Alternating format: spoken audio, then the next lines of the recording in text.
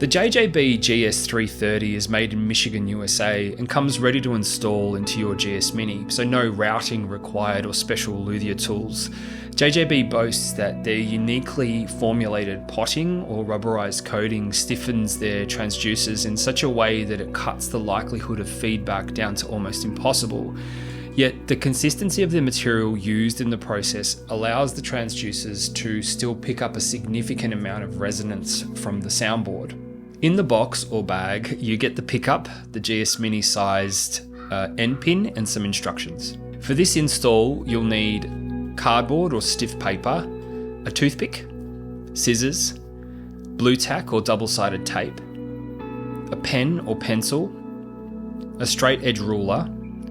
Now this is optional, but isopropyl alcohol, which we'll use to clean the transducers to make sure that they adhere properly, and super glue gel. It has to be gel, don't use liquid super glue because it dries too quickly and it drips. You might also want to replace the strings on your guitar after this install. In my case, I have new strings on the GS Mini, so I'm just going to loosen them and move them to the side. To begin, let's prepare a template to guide the install. I would recommend using cardboard or something stiff. Here I'm using the packaging from a Behringer microphone, which I knew would come in handy at some point. Cut the card so that it covers the bridge pins and saddle area. With the card over the bridge, take the toothpick and carefully puncture holes into the card for each bridge pin. Now that you've broken through the card, use a bridge pin to make the holes. Push the bridge pins in thoroughly because you want a good representation of their size on the card, because you'll use their position to guide where to place the transducers. Okay, now it's time to mark the saddle.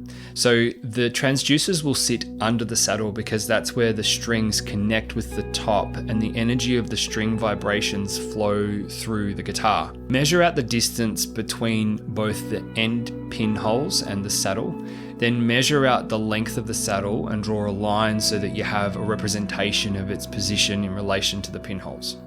Now that you have the template, mark where you're going to put the transducers. Optimal placement is between the low, middle, and high strings and spaced out evenly. I have put one of mine slightly closer to the high E string because I will be using extra light gauge strings on this guitar, and so this adjustment considers the reduced tension and vibration on that side of the bridge. Now that you've marked where the transducers will go, tack them onto the template with a little bit of blue tack, don't use too much, and prepare the template for installation by putting 2 bridge pins into the 2 end pinholes and upside down because you'll be installing it from the underside of the bridge. I would recommend that you have a couple of dry runs at the install. Take the template and reach into the guitar, line up the 2 pins at the correct pinholes, and do this a few times so that you get a sense of the maneuvering required.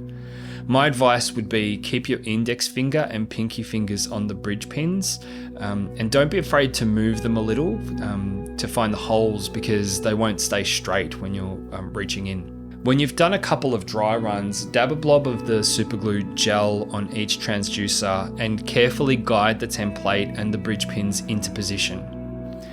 Again, my advice here is breathe and don't overthink it. The superglue gel won't dry instantly. You have about 30 to 45 seconds before it will be affected by the air in the environment. So take your time and breathe. Make sure the pins are in the place where you need them to be before applying pressure. Once you're in place, push up gently and wait about a minute before removing the pressure. From here, I suggest that you just leave it for a few minutes before attempting to remove the template and the blue tack. At this point, you should be fine to guide the output jack to the back of the guitar to fix the end pin. First, remove the existing end pin cover by unscrewing the 3 screws. Reach in and guide the output jack to the back of the guitar. I would recommend using a stick or very gently using a screwdriver to guide the output jack to the end pin hole. The rest is simply making sure the jack stays in place while you screw in the end pin and replace the 3 screws with the ones provided by JJB. And there you have it, installation complete. Please like and subscribe if you got something out of this video, and I guess I'll catch you in the next one.